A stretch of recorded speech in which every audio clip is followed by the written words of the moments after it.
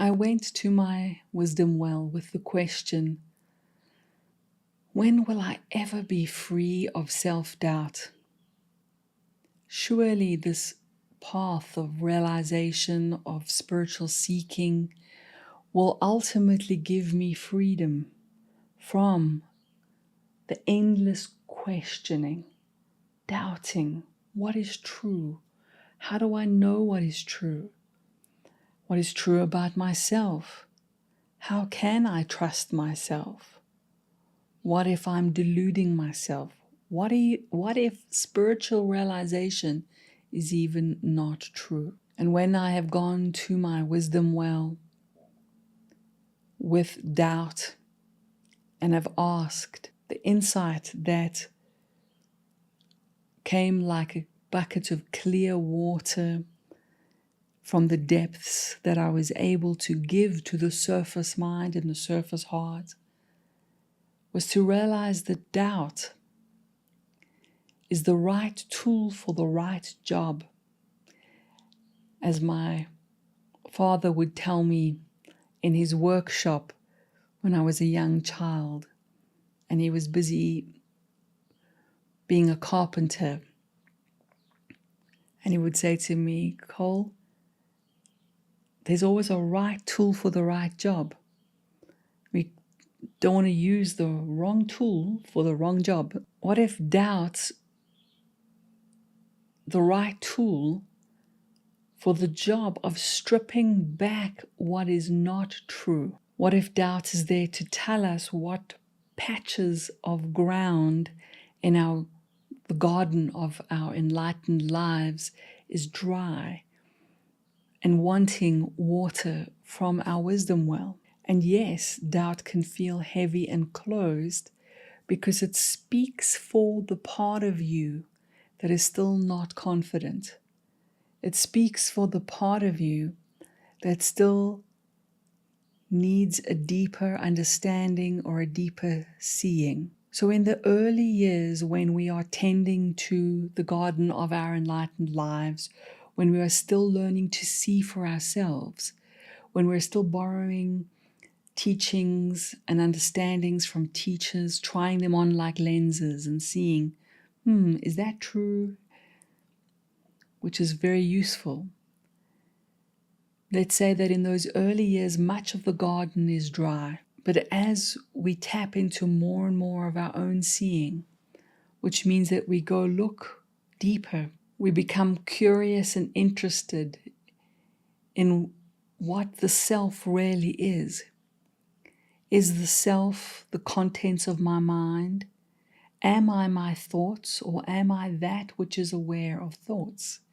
Am I my feelings, or am I ultimately this that is aware of feelings? Am I my body sensations, or am I this that is aware of the sensations that rise and fall? Am I the songs of reality, the songs of this very fabric of the universe? Or am I that which is present, like the space and the silence in which the songs rise and fall automatically? As the garden of our lives starts to be saturated with more wisdom, so there's more green showing up, there's more life, there's less contracted, there's more openness. Doubt can still be the right tool for the right job when we find a contraction inside of us. But at some point, there is a choice between, is the mind the right tool for the right job now?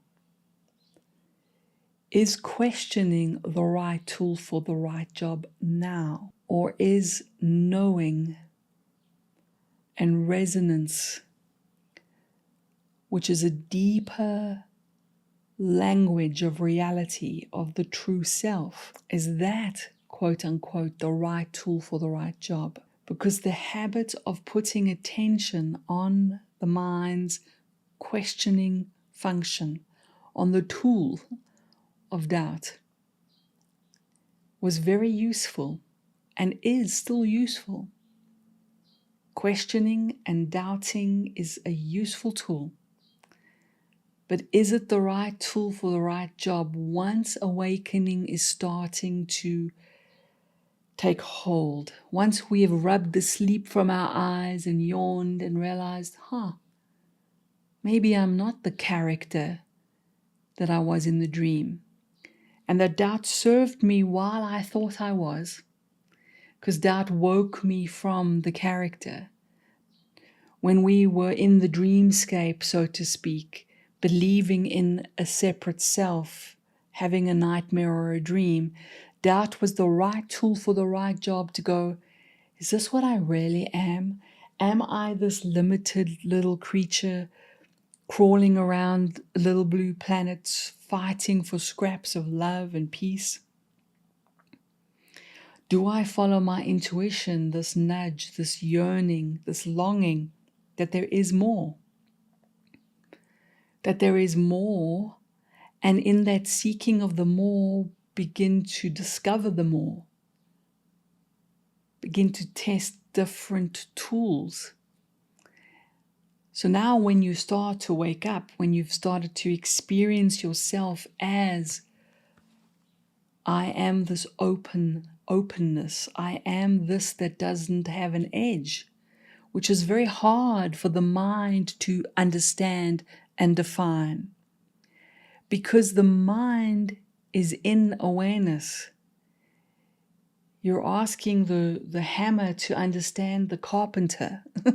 You're asking the tool to understand that which is prior. At some point, it is appropriate to lean into a new tool, and I'm going to choose the word resonance. And you imagine the whole universe as songs. I know that it looks pretty solid, right? Looks all pretty solid, but what happens if this is a Colleen song with hair that is the song of the information of hair, and the song of this color purple, and the song of a desk, and the songs? What happens if all of this is like a kind of singing? That information, data, forms, patterns of time and space that appear in all these incredible expressions. And what if we call it all songs? It's all songs. Songs woven into being. Temporary, some long-lasting songs, some quick, short songs, but still appearing and disappearing.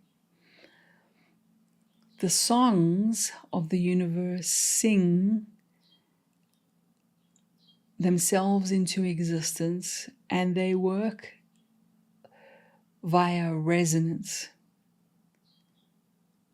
So when we hear a truth, the mind is really a good tool for questioning the false. As Ramana Maharishi once said, we send a thief to catch a thief. We can send the mind to catch the mind. But then, when we start to feel the openness and discover the I that is always there, that is always simple, ordinary awareness, now what tool do we use? Maybe we use resonance. Because the silent space is very much not separate to the song. So what is the resonance of truth? It still opens. It has a felt sense of peace. It has the texture of love. Because the songs that sing the most accurately or the most closely resonant to the deepest reality sound like, feel like love, peace, truth. contentment, happiness. So we put down the tool of language and the mind's doubting function, dividing function for when it's useful. And now we engage what is the deepest truth, and we open to our original language, that it is possible for you as a being, for you as the true self. It is the language of the universe, the language of life itself, the language of the divine, to speak and to sing with love and peace. And that this love doesn't have an opposite, that this peace doesn't have an opposite, that this okayness doesn't have an opposite, because it is the ground of being. It is the I that we realize. It is the self that is never not. And as this confidence grows, we can bump into doubt again, of course. And now we have resonance, the felt sense of knowing. And we let that be the holding space for the normal human doubt that rises and falls, and that is a part of what it means to be human. And as the confidence in the knowing, the seeing, and the being steadily grows, we return to the right tool for the right job, which becomes the tool of songs recognize songs, regardless of distance. And that woven into the fabric of all songs is the original home song. And the mind cannot help us to understand it, although even the mind has in its origin this home song, that all of the content, that all the objects, that all the content of awareness, that all of life traced back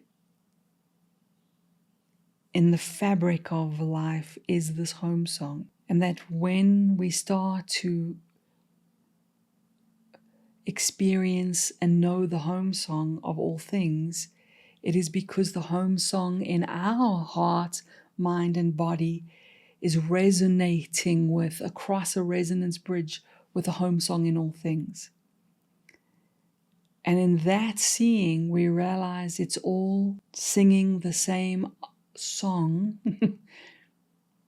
at the deepest place, although on the surface appearing as a symphony. So if we take the tool of doubt to a tree, you take the tool of doubting surface mind to looking at a tree,